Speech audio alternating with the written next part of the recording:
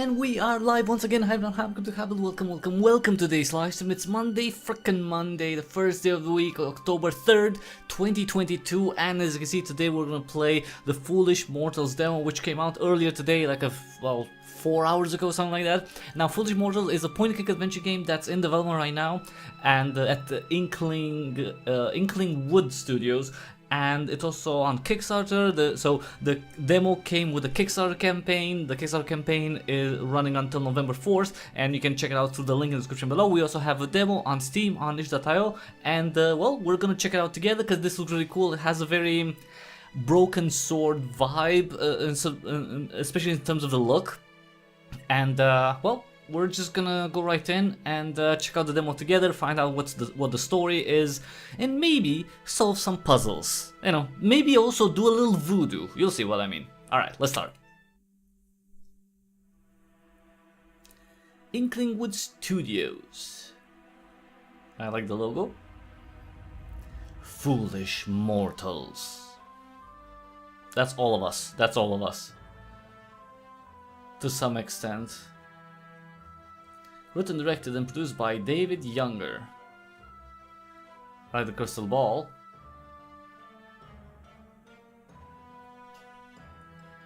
Is that a mask? Programmed by Sophie Younger. That looks... is that a... yeah, that's a mask. Definitely a mask, but with some... freaky vibes. With the voices off. Josh Portillo, maybe? As Murphy McCallum, that's the main character. Murphy McCallum. A young wannabe adventurer. I think we can skip all this. I don't know why why the credits are at the beginning. And I would not have done this. You know, this is feedback 101. See, that this is what happens when I don't have early access to demos to provide you know, very valuable feedback. Yeah, I would not have put this in, or I would have put it at the end, or yeah, probably at the end. I guess you could skip it, but still. In this day and age, having an intro this long for a demo, I know it's supposed to be for the full game technically, right, as well, but ain't nobody got time for that. Even if you can skip it. Ooh. You know what? Something tells me that there's not gold coins in that pouch in the box. I don't know why. I don't know why.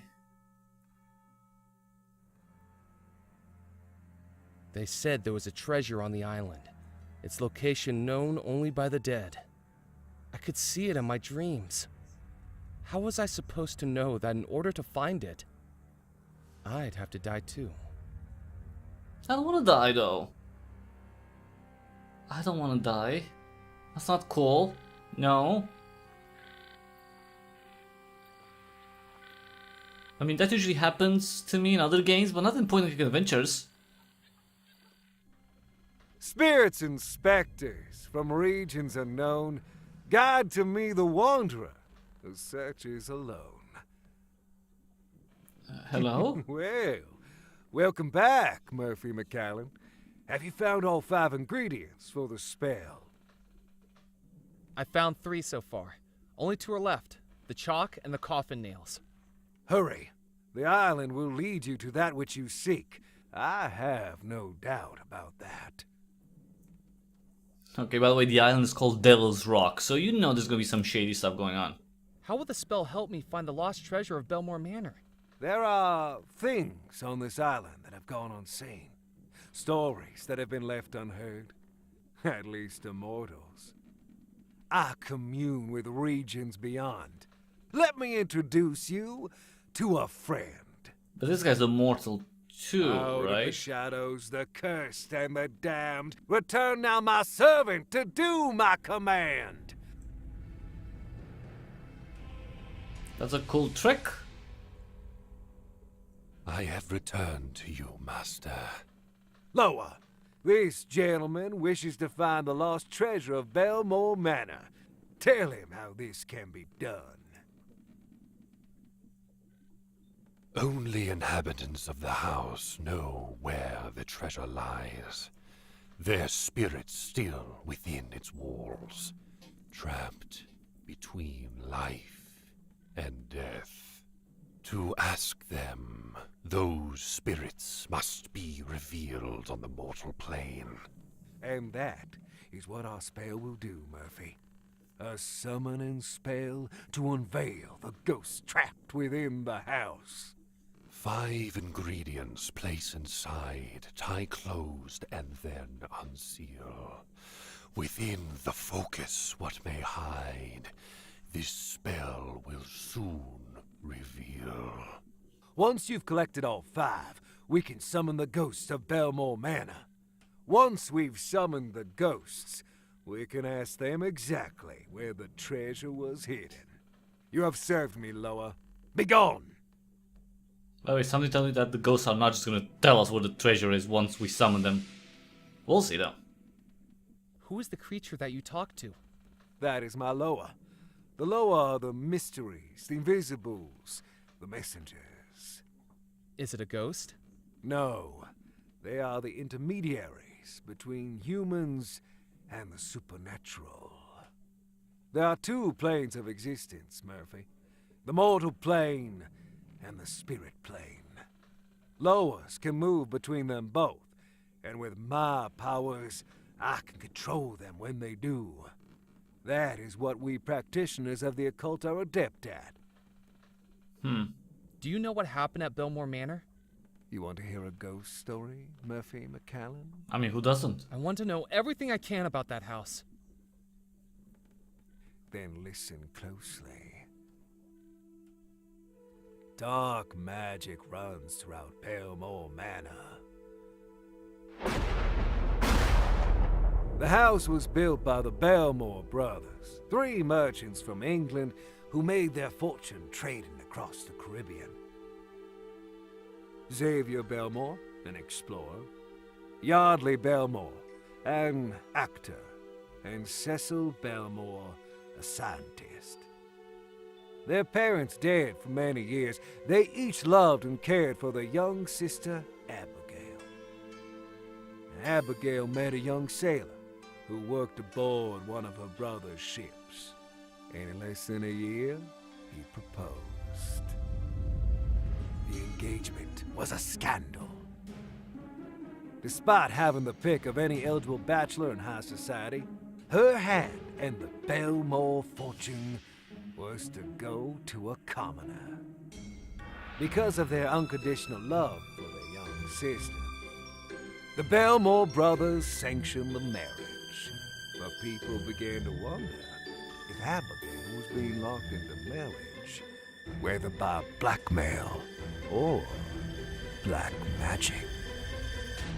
The grand wedding was planned by the 3 proud brothers, but in the months leading up to the wedding, each of the brothers, one by one, was lost, presumed dead.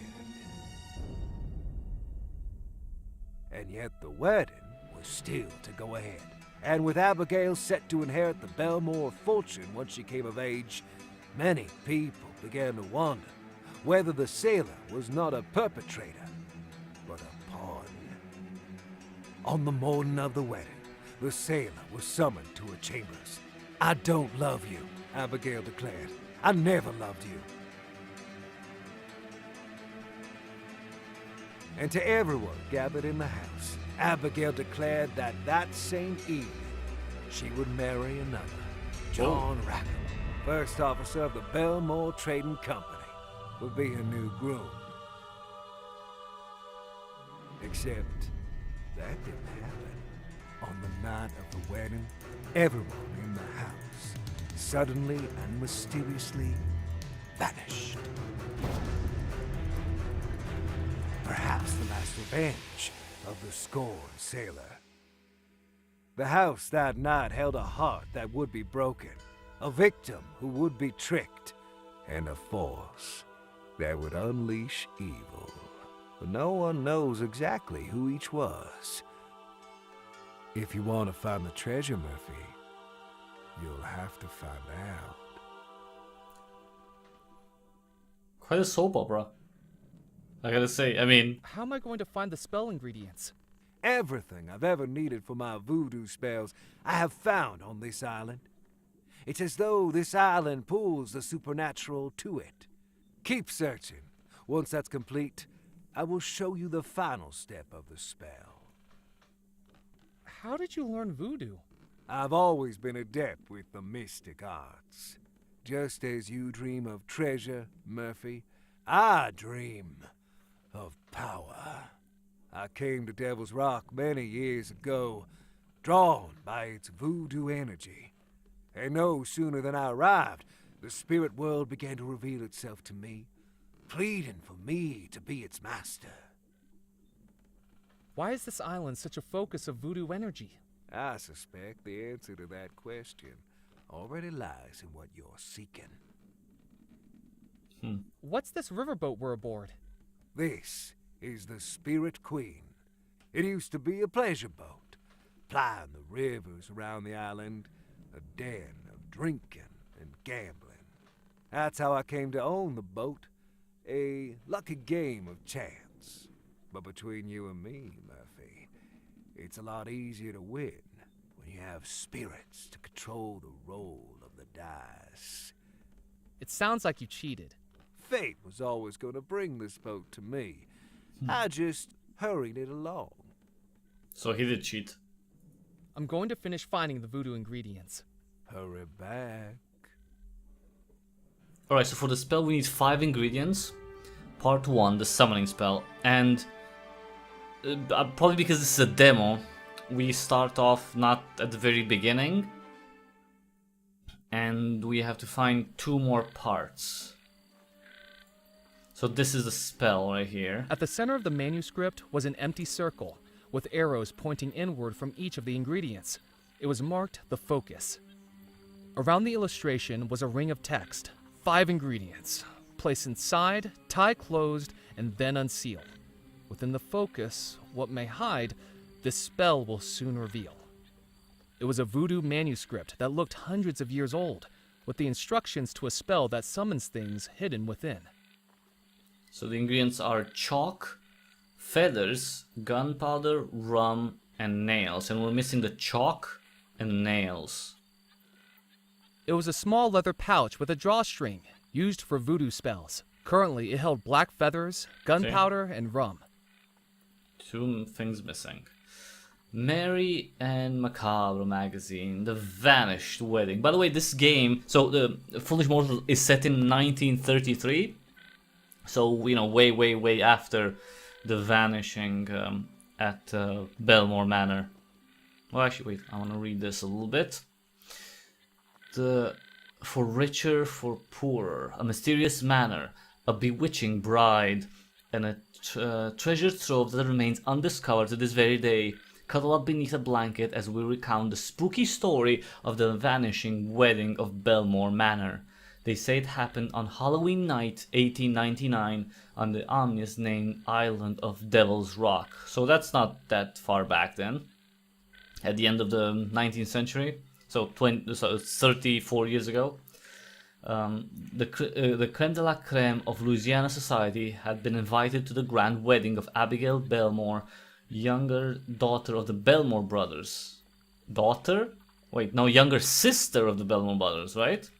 Wealthy owners of the Belmore Trading Company, which traded the waters of the Caribbean. British by birth, the brothers took over the Belmore Trading Company upon the tragic death of its original founders, their parents, while also adopting their young sister. Oh, so they adopted her. That's weird. The wedding of Abigail Belmore was said to be the highlight of the year for Louisiana high society, but it was already a wedding plagued by scandal and tragedy. Abigail had declared her love for a sailor who worked aboard her brother's ships. Eschewing the eligible across the south, Abigail was courted and proposed to by a commoner. Unsure at first, but compelled by their love of their little sister, the Belmore brothers sanctioned the marriage and planned to make it a spectacle. Alright, so this is pretty much the story. Let's go... Okay, let's go here. So after the disappearance, right? The story takes a mysterious twist. The morning of the wedding, Abigail declared she would not marry the Starwalk sailor, but would instead marry John Rackham. Wasn't there a different name for the guy? Anyway, first officer of the Belmore Trading Company and its director following the disappearance of the Belmore brothers. Was the bride stolen from the sailor? Was the bride rescued by the officer? Or were the two men simply pawns of a demonic debutante? The following morning came and no newlywed couple was to be found. Through the night, it is said that a huge green flash erupted from the manor house, and no one, not the bride, the groom, nor any of the guests, was ever seen again. The house was abandoned, the Belmore Trading Company broke up and sold off, the island left to fade into obscurity, and yet the wealth of the Belmore family has never been found. Gold, jewels, or even more esoteric treasures, all still lie undiscovered. To this very day, the house is avoided by anyone who knows its past, and still stands at the heart of the Belmore estate, rotting away with its fading secrets still locked inside. What happened to the vanished wedding? What happened to the Belmore treasure? The story gets stranger still. Rumors abound that the Belmore brothers had an interest in the occult, and the Lions? With the dark, or alliance maybe, with the alliance, I don't know that word, with the dark arts may have corrupted or seduced them, I guess. Seduced them? Could voodoo from the Caribbean expeditions have infiltrated Belmore Manor? On occasion, the night sky above Devil's Rock still illuminates with a green glow, a memory of the fateful night when an entire wedding vanished. Or perhaps it is a beacon to a priceless treasure still waiting for a foolish adventurer to find it. And we're the foolish adventurer. With the luminary of the stage. Okay, so these are the three brothers. Cecil was the luminary of the stage on both coasts when his schedule allowed it, initially writing and performing plays, but in later years commissioning their production through his philanthropic efforts as his schedule was overtaken by the rapidly growing business. Xavier Belmore was a member of the Royal Geographical Guild and the heartbeat of the Belmore Trading Company's ventures in the Caribbean, where the three brothers made lucrative trading contracts that spread to the United States and across the Atlantic. Yardley Belmore? Was lauded as a genius for his inventions and scientific rigor in the areas of electricity and transportation. By the way, remember this is the end of the 19th century, right? His output dramatically decreased, however, in his final years, and rumors abound about possible technological discoveries that would have been announced if only he had not disappeared. And this is an ad, everything you need to make your own kazoo, plus a book of sheet music. Impress your friends. Okay, that's kind of cute. Alright, so that was the Gazette. So here we have the ingredients, the manuscript, There and... was an empty soda bottle that I'd found on the beach. Okay. A taxidermied fish was mounted on a board surrounded by an old frame. A plaque below read, "Record-breaking Pencosa fish, caught by Captain Pemberley." I took the taxidermied fish from the rotting wooden frame. Well, this is an adventure game, of course we're gonna steal stuff. It was the taxidermied fish I'd taken from the riverboat, with a ripped seam opening up to the stuffing inside of it. Who would taxidermy a fish? Anyway, that's weird. I like the boat though. I like the design of the boat. A rotatable wooden crane stood at the bow of the riverboat, used to load up cargo in days gone by.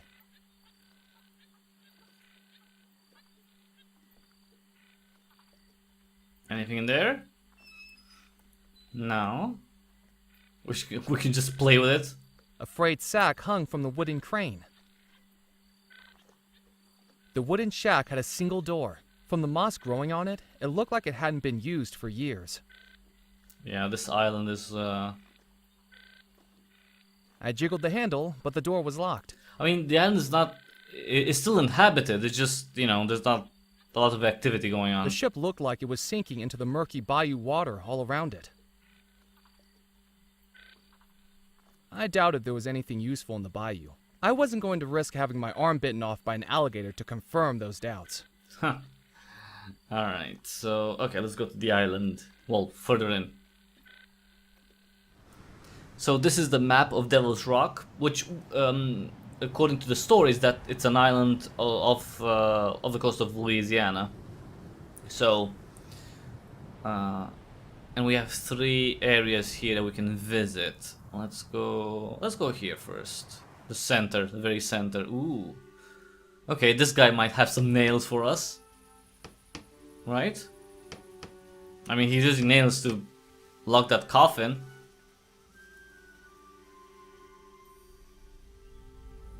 An antique stove burned quietly in the corner of the tumble-down shack. Gravedigger. A rusty tin can sat on the ground. The rough-looking coffin lay unceremoniously on the rickety table. The graveyard was dotted with headstones, some old, some young, some legible, some not. Lots of graves. A scruffy-looking man was working away within the remnants of the shack. Well, let's talk to him. Can you give us some nails, please? Hello. Ah, consarn it! Don't sneak up on people like that. You frighten the dying daylights out of me. He looked at me like he'd seen a ghost. Sorry, you seem a little jumpy? I thought you were those pesky kids again. Which kids? Kids don't seem like a reason to be scared. They're little terrors. I'm sure they're gonna give me a heart attack. Last week they showed up with a doctor's note they forged. Okay. Saying a man I'd buried that day was just a very deep sleeper. 7 hours I was out here digging him up, at my age! And was he sleeping? He's Dead dead. as a dodo. Of just course. like those kids will be, if I get my hands on them. Huh. That's quite the prank, though. My name's Murphy McAllen. I've just arrived on the island. Well, welcome, Mr. Murphy. I'm Edgar Kettle, gravedigger, undertaker, coffin maker, and anything else that needs doing to keep this cemetery running. I'm looking for the treasure of Belmore Manor. Another treasure hunt. He's very straightforward. I like it. Well, not me exactly. tell you something, young man. Don't even think about digging up my graveyard. There's no treasure buried here, and I'm already busy enough filling in the holes that are meant to be here.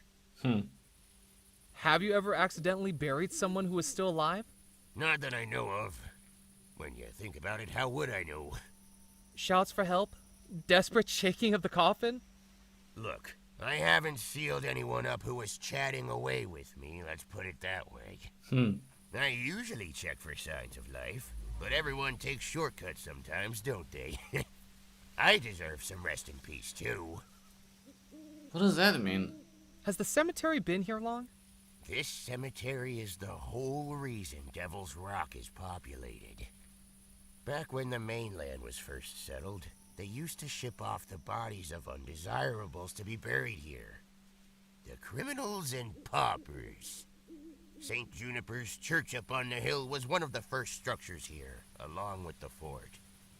So that's what this place became. A cemetery island. A place where only Beelzebub himself would take the bodies that were interred into its caves and tunnels. The Devil's Rock. Creepy. I mean, it just sounds like the fort was more important than the actual church and graves. But okay. So there are caves and tunnels on the island? Oh yes, all over it. Some natural, some man-made. No one knows where they really are, though. I'm quite surprised I've yet to dig myself down into one. They say there's one that runs from the church to the crypt just down the path. An old escape route. But I've never been in there. Do you know anything about the disappearance at Belmore Manor? I think it's important to leave the dead to rest in peace. But what if they're not in peace? Well, I think there's more to that story than meets the eye. You know the 3 brothers went missing, right? Well, if you ask me, I think Abigail Belmore was behind it. She was engaged to a sailor, but nobody like her would go for a commoner. She might have loved him. She could have loved somebody with a big bank account, too. I think she must have been using him, pretending to love him so he'd do her dirty work for her, bumping off her brothers. Then afterwards, she drops him and goes to marry the officer of the company. Fiendish. Those are some pretty serious allegations. I mean, she's dead. Just a feeling, Probably. that's all. I don't have any evidence. But when you work with cadavers, you kinda get a sixth sense about things. People killed in mysterious circumstances. Like you can tell when someone's sneaking up behind you. You actually seem to have trouble with that. Wise guy. What do you think was behind the disappearance?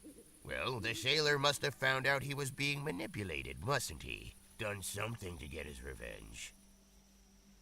What do you think the sailor did to get his revenge? Voodoo? Nobody knows. But in his contracts to the Caribbean, he could have come across something fiendish. All we know is that everyone in that house disappeared. And to tell you the truth, I'm quite relieved they did. Why's that? Because if they'd not disappeared, it would be this old fool who'd have had to bury them. Saved me a good amount of work. Yeah, but you were not an old fool back then, you know. 34 years ago, you were a lot younger, Have though. you got any spare coffin nails? No, I don't got any to spare. I have to buy these out of my own pocket. Do you know how much the parish gives me per burial nowadays? A pittance. The roof's leaking, my table's broken. I've used floorboards to build some of the coffins. Take my advice. Don't go into this line of work. I'm telling you, undertaking's a dying business. Do you not find working in a graveyard a little eerie? Why would it be eerie? I don't know. Ghosts, maybe? I don't like to think about ghosts. Why not? Because they'd be bad for business. I have my work cut out here with the dead as it is. Imagine if they came back asking for a refund. What are you working on? This is just a pauper's coffin the parish is funding. Lock 'em in lumber, leave 'em to slumber. That's what I call it. No frills. This'll end up 5 feet under by the end of the night. I thought it was supposed to be 6 feet. You're not the one doing the digging. 5 feet means I get a tea break.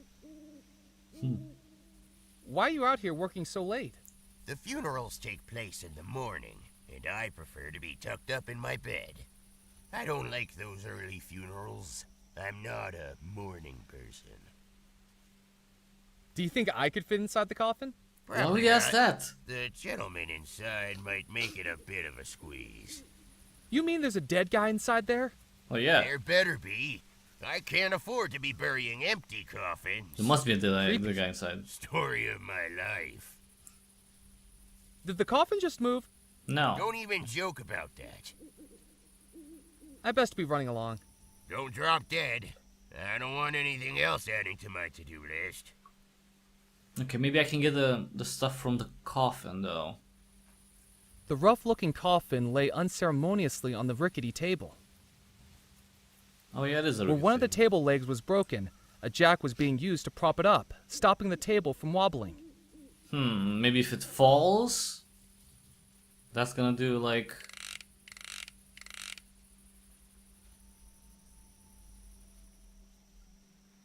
Okay. Kick the table. Oh. With the jack removed, the table rocked freely. Okay. Rocked freely. So what do I do with the It was a jack? screw jack, the type I normally see being used to hold up a motor car when changing its tire. Okay. Maybe I can Hello, Edgar. make it fall. The coffin. I best be running along. Goodbye. The tin was empty. Okay.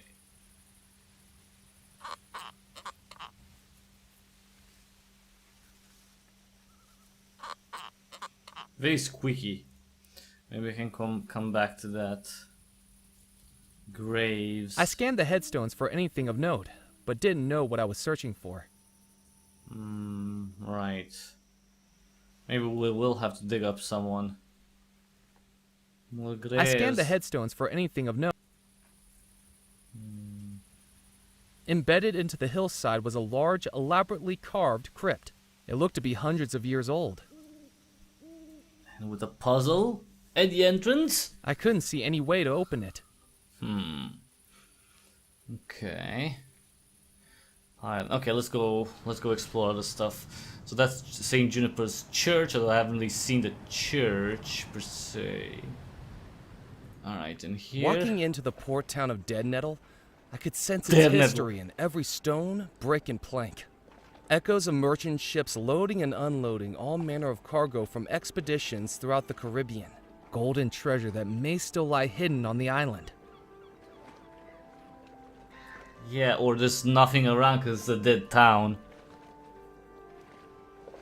I tried the door. It was locked. It was the door to a jewelry shop, with a sign behind the glass reading, "Back in 5 minutes." Okay. Very nice starry night. Passageway. Set Puppet up on the theater. seafront was an elaborately carved wooden puppet theater, with Polchanala painted across the top, and a sign hanging in front of the red velvet curtain. A homemade paper sign hung on the front of the theater. Theater, right? The It's just a sign box. read, "The fantastic Fantaccio brothers will be performing tonight. People of all ages welcome. Donations welcome even more so." Room and board. Available, inquire within. Okay. Archway. A poster was hung on the wall. From how much it had faded, it had clearly been there for years. The Captain's Club.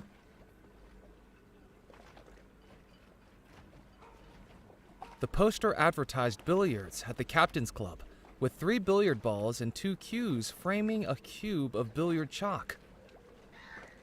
Okay, maybe that's where we'll get the chalk from. The tip of a wooden boat poked above the water, clearly the result of a rather unfortunate expedition. Passageway. A notice board stood outside the newspaper office, containing a mixture of front pages and advertisements. Okay, let's read the script. Or the script, the notice board, sorry. Fisherman. Isn't it a little late to fish? Actually, wait, since we're here, It was a mechanical scale, used for weighing fish. can I weigh this dead fish? I hung the fish on the scales. Nice try, but it's going to need to be heavier than that to beat my record. Okay. I was going to beat your record, but okay. Hi, Mikey, hello. Are the fish biting? Well, not so well today to tell the truth. They must have been spooked by something. Like You ghosts? should have seen them yesterday. I was having to fight them off the rod. The name's Ned Kipps, by the way. Just Kipps to my friends. I'm Murphy McCallan. Nice to meet you, Mac. What are you doing on this old rock anyway? I haven't seen you around before. Here on vacation? I guess you could say that. Then you got worse judgment than an arm wrestler squaring up to a kraken. Hope you don't regret it. Me too. What's that book you're reading? The Louisiana Book of Records. There's this fish called a pinkoza that swims around these parts.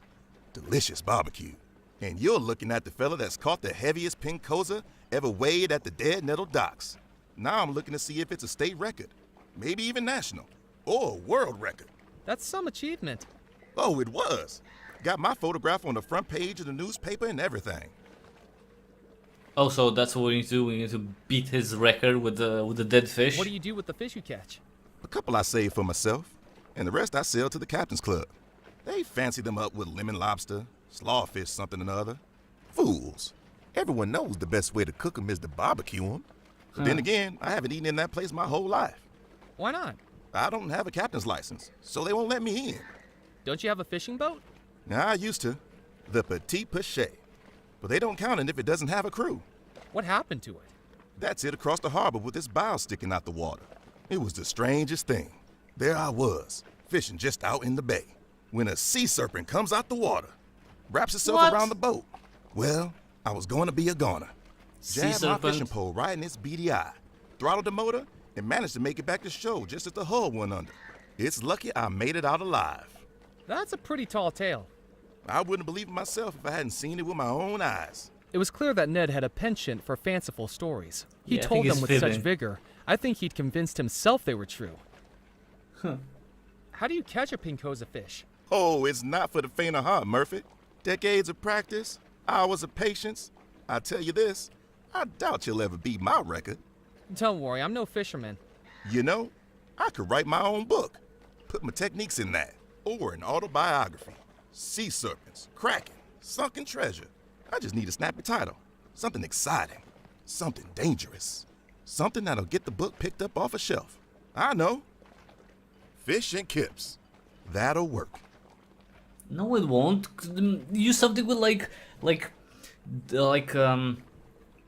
Devil's Rock adventures, or like fishing at Devil's Rock, or like the monsters of the Devil's Rock, like stuff like that. Something cool. I'm looking Jesus. for the lost treasure of Belmore Manor.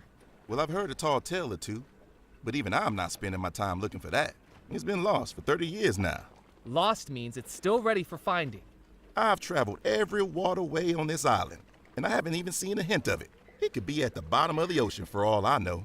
And I've found a few treasures in my time. French treasure, British treasure, pirate treasure, but no Belmore treasure. Do you still have those treasures? Well, I had to hide them again. Give someone else a chance to find it. I wouldn't believe it myself if I hadn't seen it with my own eyes. Right, he didn't find any treasure. What do you know about the disappearance at Belmore Manor? Now there's a tale to tell. You know about Miss Belmore? The bride engaged to the sailor? I heard she was having an affair, getting up to no good with this fellow called John Rackham. He was one of the Belmore Company's higher-ups. Anyway, sailor catches wind of it and tricks Rackham into giving the lady a gift. That's what caused everything to go topsy-turvy. What was the gift? Call me a liar, but there are places in the Caribbean that trade things more elusive than gold. Ungodly things. Is that what you think caused the disappearance? What else could it be? I don't know. Murder? What can you tell me about Miss Belmore? Ah, Abigail. More beautiful than a mermaid, and twice as fishy. Seems like such a nice girl, too. Until the affair. It seems so unlike her. What about the sailor? Don't know much about him. Never met the fella.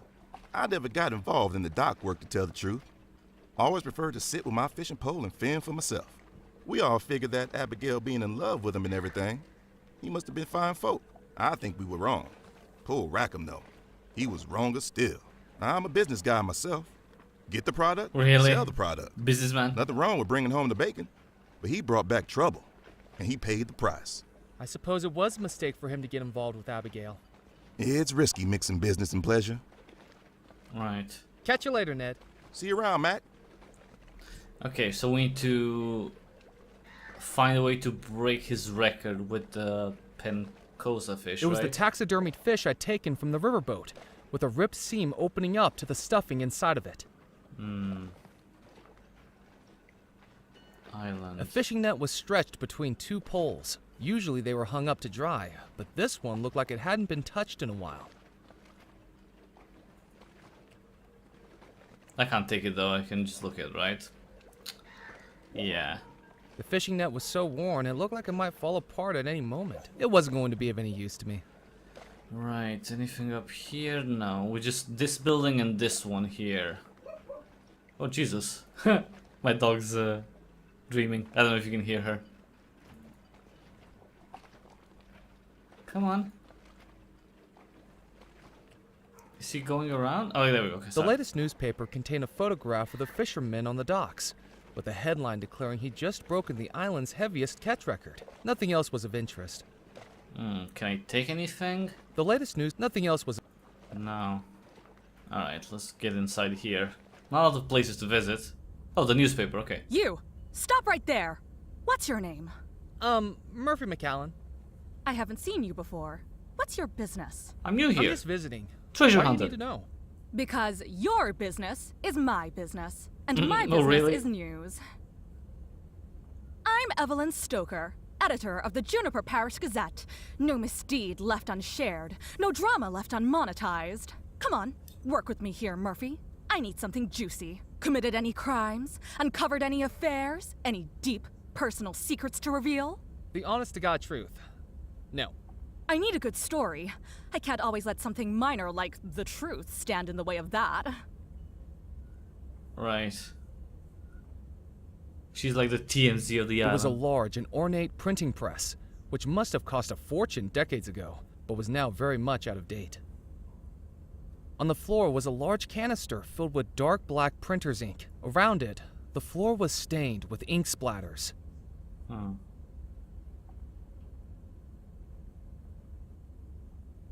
A ball of Twine. twine had been left on the table, presumably used for bundling up newspapers. Okay, can I take that? Right. Oh, and scissors. There was a pair of scissors left on the table from packaging the newspapers. I hope she doesn't say anything. I'm just stealing everything that's not tied down, basically. Hanging on a peg at the far side of the room was a battered flashbulb camera. The back wall of the newspaper office was filled with filing cabinets. From the labels on the front, they looked to be archived issues of the Juniper Parish Gazette. The editor peered over her spectacles at everything she did. I wondered if the only reason she wore them was to peer over them. Huh. Yes? Hi, What's up with your big forehead? what are you working on? Listen to this.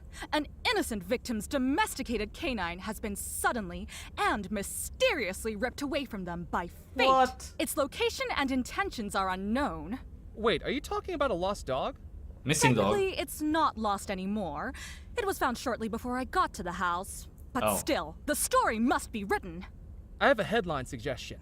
Lost dog, not lost. I have a personal suggestion. Hmm. Butt out. Yeah, you don't know news, Don't you man. have more interesting stories to write about? The crackpot Apparently this not. island calls a population wouldn't know something interesting if they paid for it. Which they hardly do. Believe me, I've tried to get juicier stories. Scouring the island, doorstop interviews, hiding beneath windows. You eavesdrop on people through their windows? I mean, It's called investigative reporting. also snooping, but I'm doing some research on the treasure of Belmore Manor. Leave it. That's my advice. There's no story in it. No Really? story. Not that anyone would believe. And I've got advertisers breathing down my neck. you'd think that she would be the one who'd jump on the occasion to do anything about, like, you know, the missing, you know, Belmore family. What's your theory on Belmore Manor? This might sound far-fetched, but I think it was hypnotism. All the puzzle pieces make sense. Who was hypnotized? Abigail, by that strange sailor she was going to marry. This newspaper had been publishing a bunch of stories about spooky goings-on across the island. We even had tip-offs of black magic inside Belmore Manor. Can you believe it? Who was doing black magic? Well, we weren't told for sure, but it makes sense, doesn't it? The sailor! Why else would someone as powerful as Abigail want to marry a lowly manual worker like him? Come Okay, the night hello. of the wedding, and she wised up. Married John Rackham, the company's first officer. Much more on her social standing, and a responsible choice for the company. Or Abigail was the one who was doing the hypnotizing, and she hypnotized the sailor to use him, and then she hypnotized. Well, why would she use him though? What do you think caused everyone to disappear? The last revenge of the sailor's sorcery. But imagine me writing that into a piece of serious journalism. I'd be laughed out of the industry. What industry? You're on this almost deserted island, the middle of nowhere. Well, not middle of nowhere, but no one cares about Devil's Rock technically, right? Just go on the mainland. You'll find work in Louisiana. What's in those filing cabinets? Past issues of the newspaper, starting right back in 1864. Of course, things were a lot more interesting when Dead Nettle was thriving as a port town. Comings and goings of people, ships, and cargo. Lots to report on back then. More than the dregs I have to dress up now. Dress up as in lie. Can I take a look in the filing cabinets? Sorry, McAllen. Employees only. And we're a one-woman operation here these days. The paper doesn't bring in enough money to take people on. Aw. Why did the ship stop coming to Dead Nettle? The Belmore Trading Company was the heartbeat of this island. After the disappearance, there was no one left to run the company, and it all got sold off. When that folded, so did pretty much everything else. Do you have any back issues featuring the Belmore Manor wedding?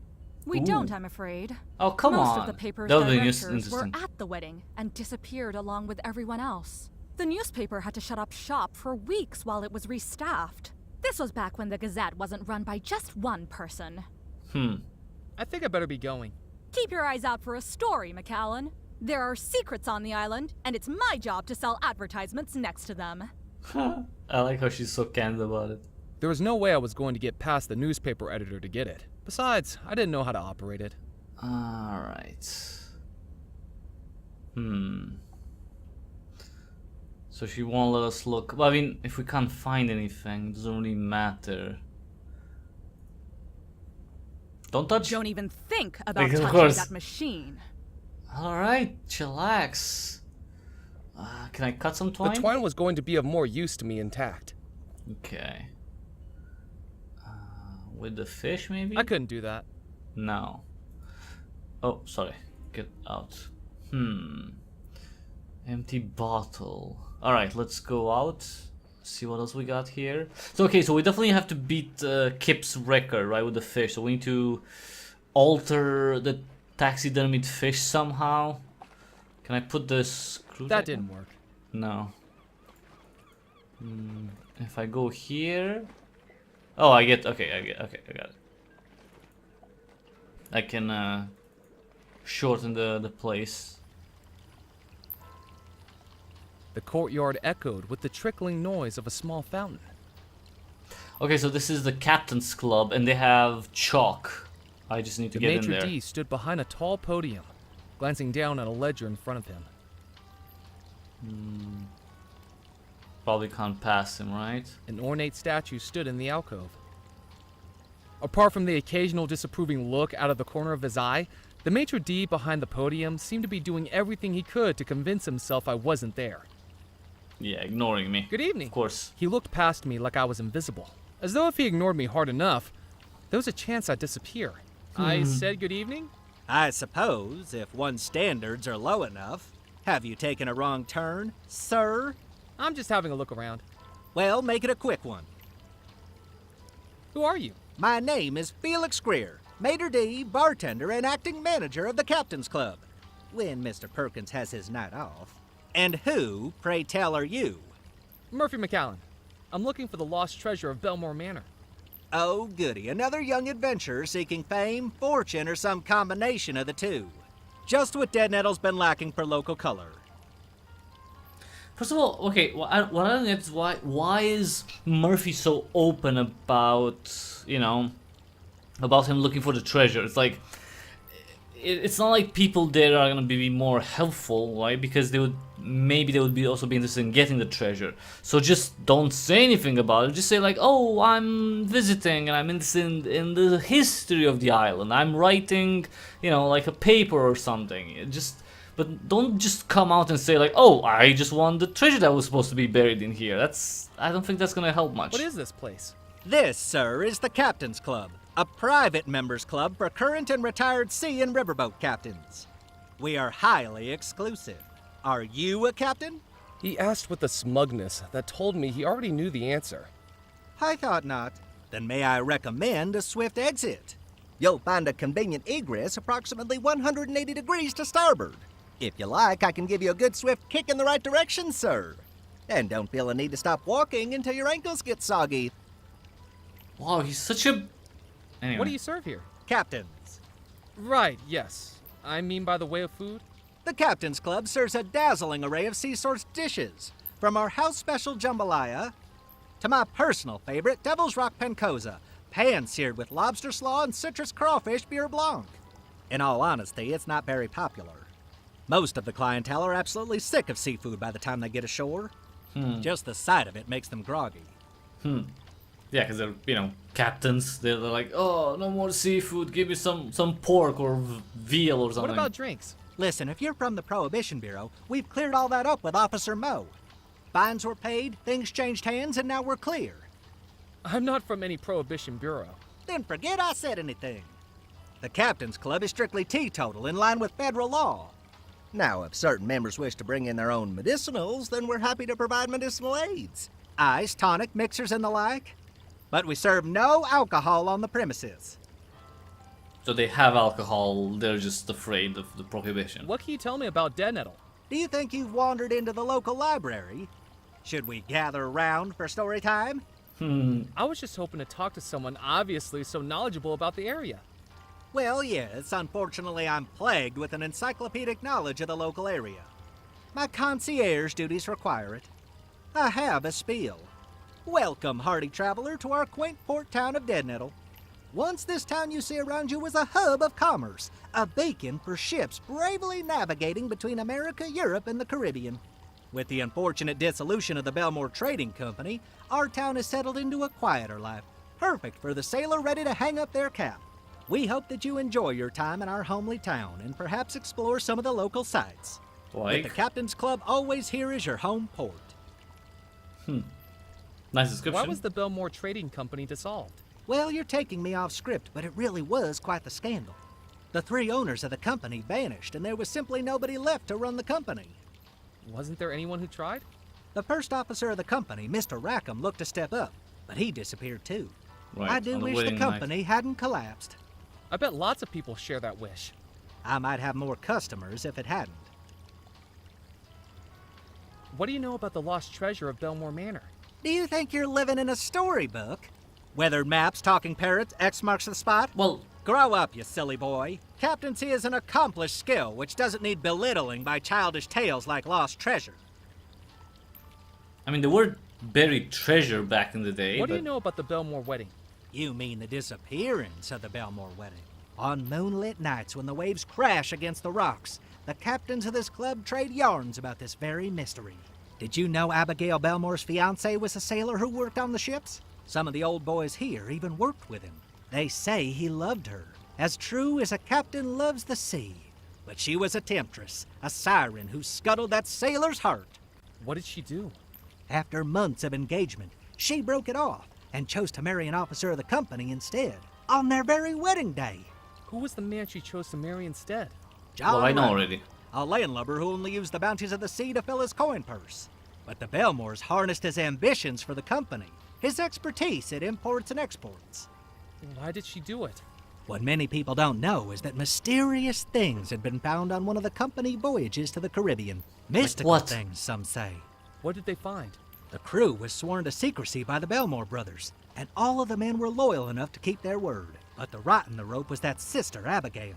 People say that the discovery took hold of her. With the broken heart of the sailor and the resources of the officer, she was about to unleash something terrible. Perhaps it was a good thing that they all disappeared. Do you think that's true? Of course not. It's all nonsense. But the captains do love to outperform each other with such tales on a dull evening. You know, it's interesting how they all have theories, and it's almost exclusively against Abigail. Like she's the evil one in the story. What makes you think I'm not a captain? Well, for one thing, you lack the grizzle, the crustiness, the essential R of a captain. How do I get those? Years of exposure to salt water and sullen, uncooperative crew members, I should think. Tell me, have you ever captained a 3-rigger through a tropical typhoon? Have you ever run the rapids of the Mississippi without hitting a single reef? Wind in your sails, fire in your furnace, waves beneath your keel? Have you? Well, it's more complicated than that. In what way? I Snap. get seasick. So he was never a captain. Is there any way to prove I'm a captain? You might show me your captain's license. As I'm sure you know, the state of Louisiana requires all captains, both sea and riverboat, to carry one. But don't try to foist me off with a fake. Last week, we had someone present a license with a photograph distinctly unlike their contemporary appearance. The photograph was clearly of someone a good deal older than them, with more facial hair and, most importantly, one less eye. No, I must have left my license in my other pants. Certainly, sir. Hopefully I'll be able to read it, seeing as I was apparently born yesterday. This guy's such a prick. I best be casting off. Don't feel the need to rush back, sir. Alright, so we need to get in, so we need a captain's license. Alright. Alright, captain's license. Oh, you know what? I should save. I haven't saved at all since save and load. Let's save and go back. Alright. Let's go to... I need to modify the fish. with something. Can I put the bottle in? That wasn't going to work. No. Can I tie some rope to the bottle? That didn't work. No. Just try out stuff randomly. Alright. What the hell? Oh. What the... That was weird. The game just kind of like halted. Oh. Odd. Alright.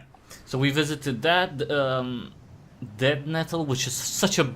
I mean, you can't name the little town Dead Nettle. You're like, come on. You're crucifying it. Ooh, Framed by the Manor. trees and lit by moonlight, Belmore Manor stood imposingly in the still night air. Even without lights on, it felt like something inside the house was calling me. Or warning me. Okay, we need to get in there. Island. A large pond lay in front of the house, slowly being reclaimed by algae and weeds.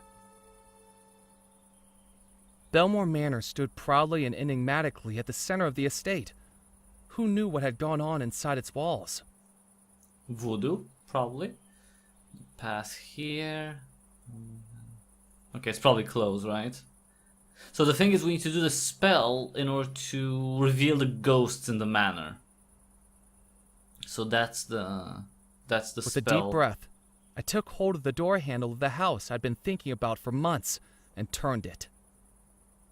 Unsurprisingly, it was locked. I briefly Right. considered breaking into the house, but unsure of just how true the ghost stories were, decided it was better to not risk angering any spirits that may have been in there. If I was getting in, I was going to need the key. Okay, so we need to find the key. Pond. I mean, I kind of like the estate. A path up here. And I guess another path here. Okay. Furniture. Great view, by the A way. table and chairs sat inside the gazebo, an echo of better days with afternoon tea looking out over the ocean. Yeah. From the gathering moss and rust, it was clear the patio set hadn't been used in decades. A horseshoe hung above the gazebo threshold, supposedly a symbol of good luck. Oh. Yeah, it didn't help the wedding. Can I take it? Ow! So You know much what? for good luck. I mean, no. We can still get it. I picked up the horseshoe that assaulted me. It was heavy. Very heavy. Heavy enough to trick a sailor? Let's see. Use the horseshoe with the... With the ripped seam as an opening, I placed the horseshoe inside the taxidermied fish. Now it was heavy. Okay, so... Huh, but is it heavy? Okay, we'll have to, we'll have to wait it. Because I don't know if it's heavy enough to... Okay, so the path just takes us here. There's no path up here. Belmore Manor. There doesn't seem to be anything else. Well, the door, but it's closed, so that's an... Okay, okay. Let's try to trick this sailor. Weigh the fish. Be like, hey man, this is the heaviest fish now.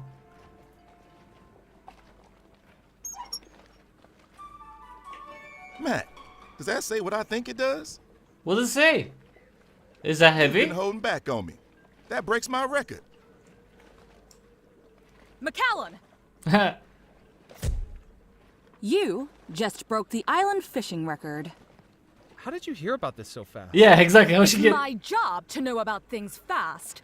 Now, I'm doing the questions here. So what led to this unbelievable turn of events? Years of practice? Or a one-in-a-million fluke? Did the fish just jump into your lap as you walked the quayside? Was the fish dropped by a passing seagull? Would have been a pretty darn big seagull. Just beginner's luck, I guess.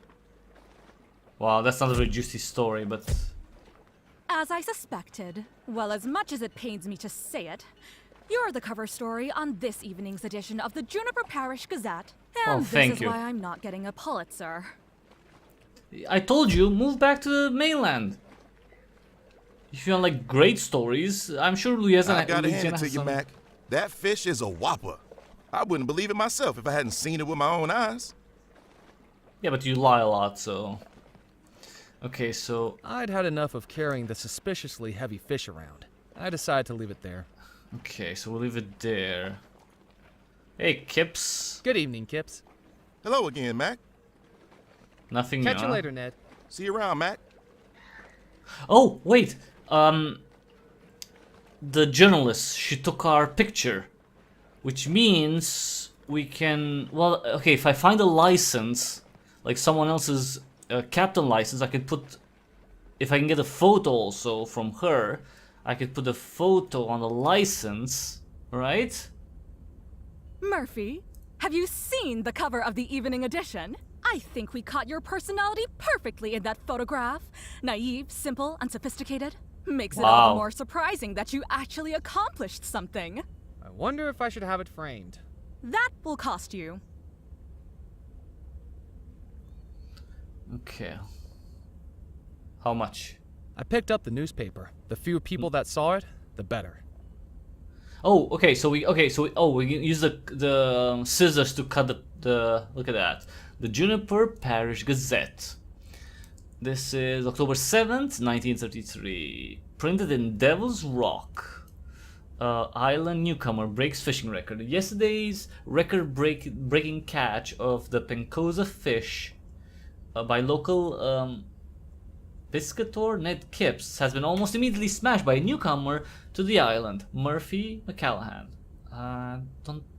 That's not my name. It's McCallan, not McCallahan. Kipps has managed to catch the heaviest Pencosa fish since records began nearly 8 decades ago, but it proved no match to the vagrant newcomer. With a face communicating naivete, I guess, simplicity and bewilderment, Murphy McLean... No, that's not my name! Ah, Jesus, struggled to find the words to communicate his unlikely accomplishment. Was it beginner's luck? Foul play? Whatever it was, we can be confident it wasn't fishing prowess, as Murphy McCarran... That's not my... This woman looks the type more likely to be at the hook end of a rod than the handle. Is she calling me a fish? This reporter's best guess, it was dropped by a Herculean seagull. Murphy McCulloch's, come on. Presence on the island is sure to provide amusement for us all, and we wish him well on his stay here. But how long will his record last? The headline read, Island New... Alright. The headline read... Okay, we got this. Okay, actually, can I cut it? It was a Oh, ball not of rough... Not that. This one. Carefully, I cut my photograph out of the newspaper. Alright, so we got a photograph now. It Aww. was the photograph of myself I'd cut out of the newspaper. I wish I posed better. Yeah, you're fine. Oh, okay, the twine. Maybe I can tie up... Okay, let's say tie the twine to... to the table, to the wonky table, right? The wonky table at... yes. And maybe I can, I don't know, make it seem like the coffin is moving and scare him away. Right? I tied the twine to the uneven table and took up a hiding spot behind a nearby wall. It was time to wake the dead. Yeah. I need those nails, so I need this guy out of here. Hello? Hello? Why is it so dark in here? Huh? Who's that? I'm stuck! Help! Help! If that's you kids... Get me out of this thing! Oh, no, not again. Yeah. Take all the nails out. Mister, are you okay? I'm so sorry. I was told... Mister? Oh, God darn it. Next time I see those kids, I'm gonna have a lineup of Pee-wee coffins ready for them. See how they like being scared out of their wits.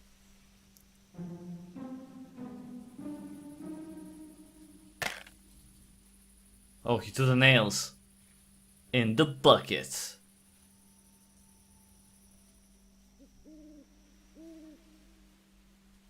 Oh, he's very quiet, Murphy.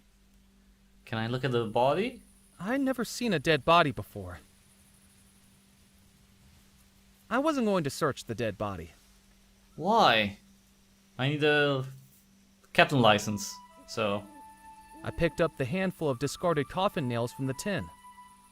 Okay, so we got those.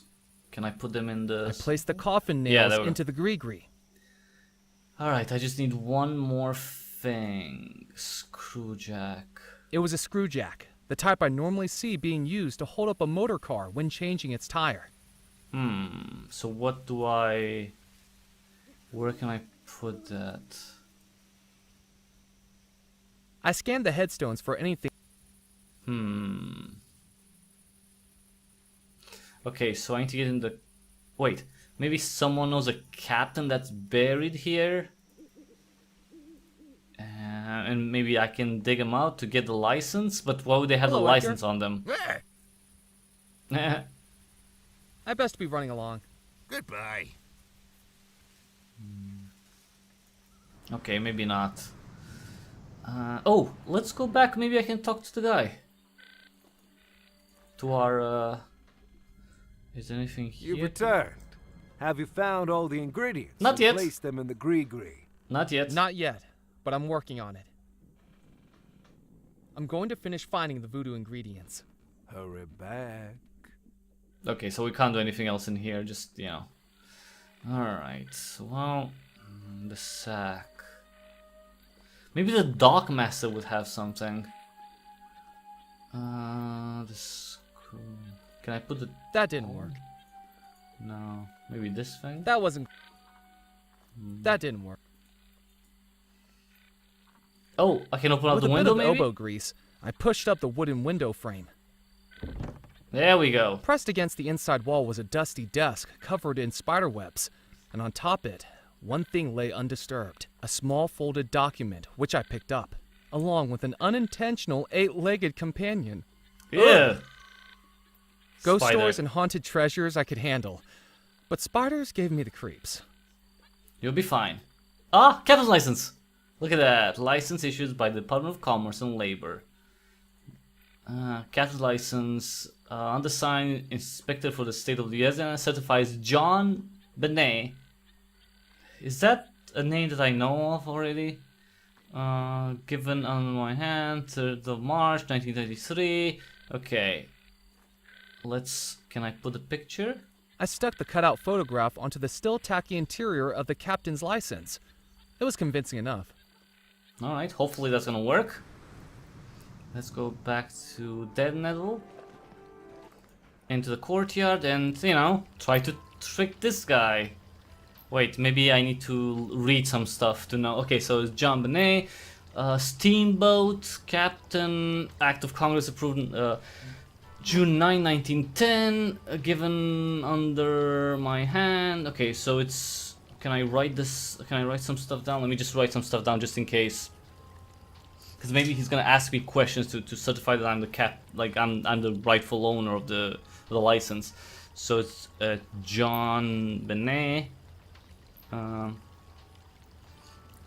3rd, so March 3rd, 1923 by one. Is that an L?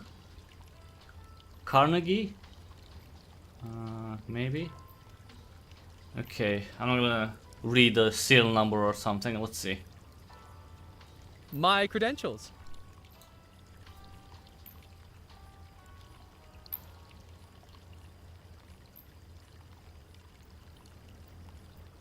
You're telling me you are a captain? I trust Yep. it's all in order.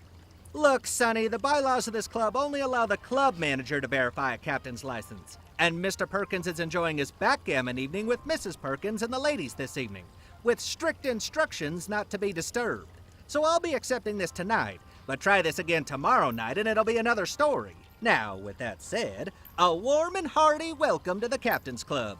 We Nice. sincerely hope you make use of and enjoy our facilities, and do please let me know if I can be of any assistance at all. I just need some chalk. That's what I need. An ornate statue stood in the alcove, the words carved into its base describing it as Amphitrite, the wife of Poseidon.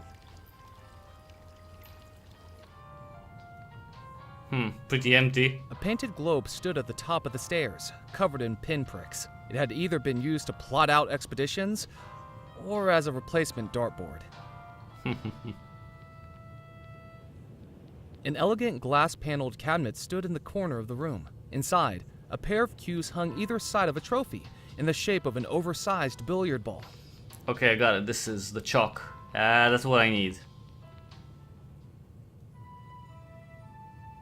The room was dominated by a large wooden billiard table that looked to have had plenty of use in its time.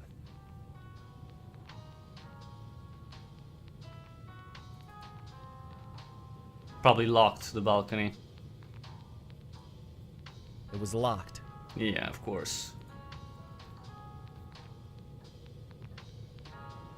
Doesn't work? The switch? Oh, it's the fans. That's what they're okay. That's for the fans, not for the lights. Okay. Okay, we got the chalk. I placed the chalk into the gree-gree. We got all the ingredients. All 5 ingredients for the summoning spell. Now I needed to head back to the Spirit Queen. Automatically? No, okay, that's fine. I'm gonna go on my own. Alright. And now he's gonna, because he said that there's one more thing, the spirit, like according to this, see? The focus. So we still need the focus. I'm guessing that guy is gonna give us the focus. What's going on here? Why is there... Huh, odd. A little odd, but that's fine. As long as it works. I'm gonna save also. Let's go to the Spirit Queen. The Queen. Let's save really quick. There we go.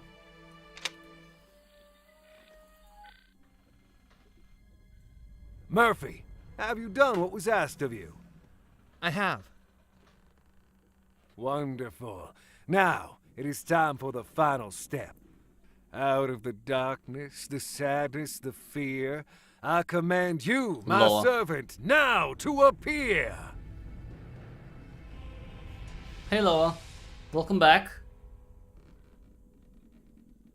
You're naked, I right? have returned, Master. What is your desire? The ingredients have been gathered. The final step of the spell is ready. The focus. The focus of the spell is that which you are casting it upon. Manor. Belmore Manor is where the ghosts reside. An image of Belmore Manor is what you must direct the spell with. Okay. Murphy, do you have an image of Belmore Manor we can use? And the Gazette, maybe? Doesn't the Gazette have? Yes. Yes, the Gazette, right? Yes, Murphy. That will work. Place it inside the gree-gree as the final ingredient. Okay. I folded the magazine cover and placed it inside the gree-gree. The spell is ready. Finally, the ghosts will be free again. Well, we'll be able to see them at Open the least. gree-gree, Murphy, and that will cast the spell. With some trepidation, I took the gree-gree from my pocket, and then, with a deep breath, opened it. Let me guess, green light, of course.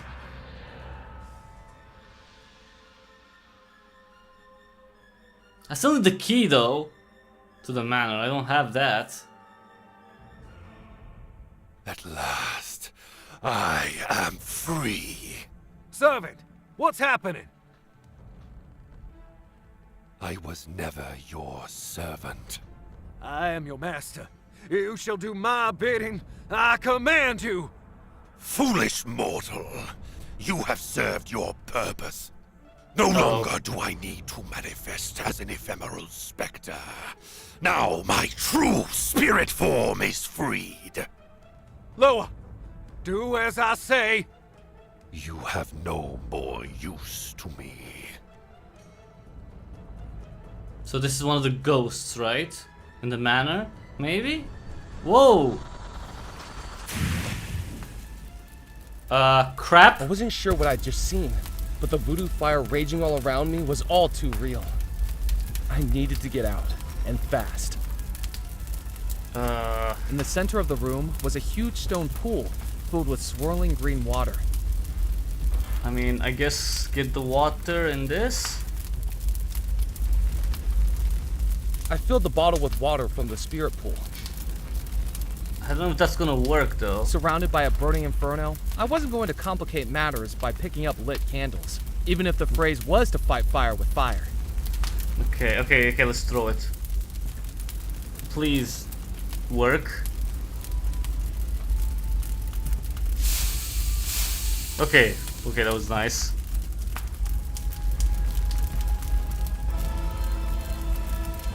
Oh, Abigail? I think it's Abigail, right?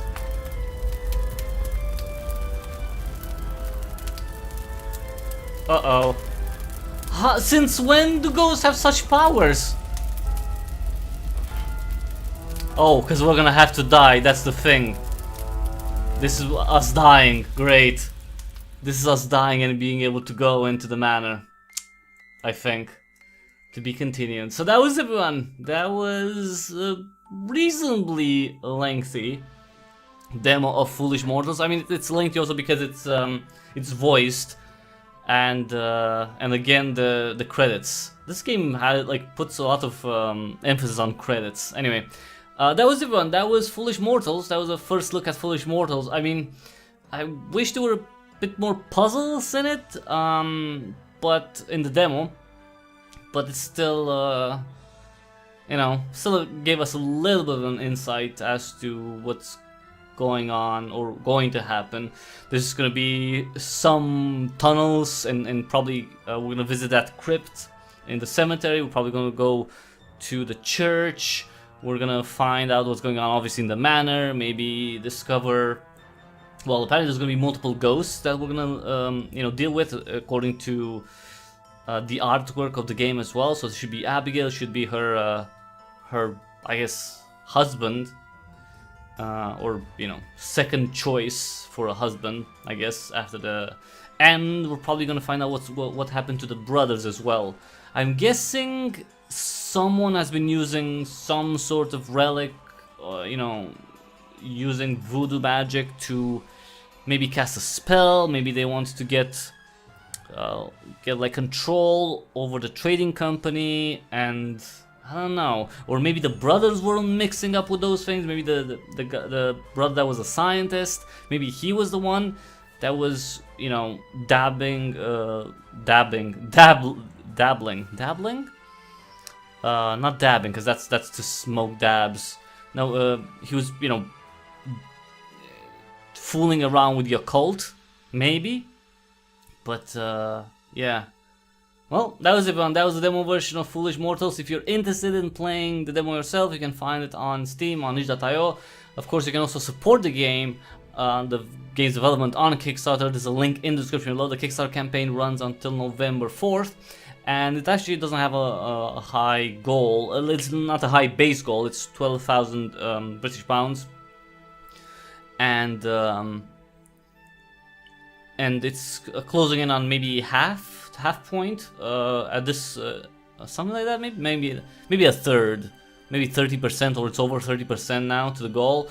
You know, it's just been a few hours since the Kickstarter campaign launched. Of course, you can pledge as well. The cheapest pledge that would get you a copy of the game is 14 British pounds, so like 16-17 euros, something like that.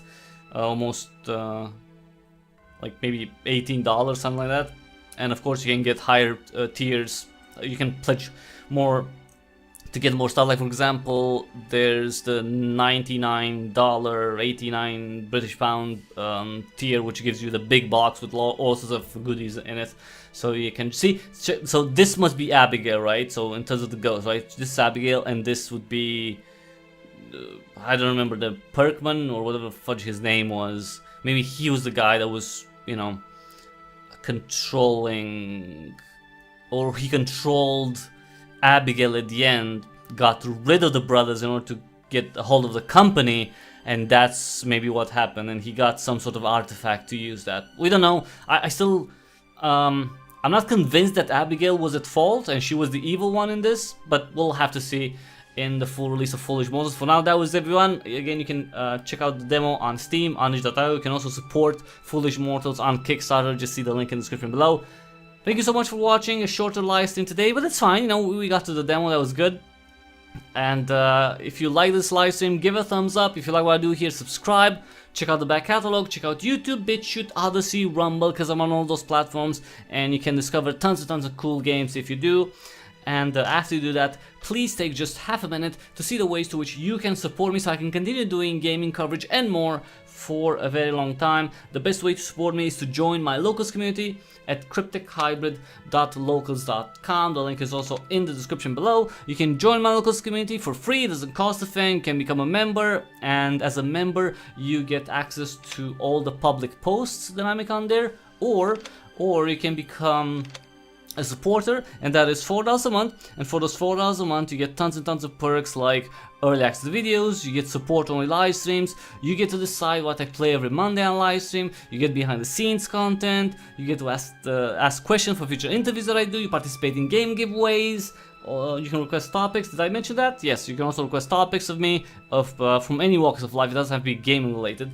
So all those perks, just $4 a month, and you support all of my endeavors under the Cryptic Hybrid umbrella, which at this point means 4 channels: YouTube, BitChute, Odyssey, Rumble, and well over 3,500, probably over 3,600 at this point, gameplay videos, live streams like this one, and developer interviews. This is pretty much the best gaming channel online. No one cares more about games than I do.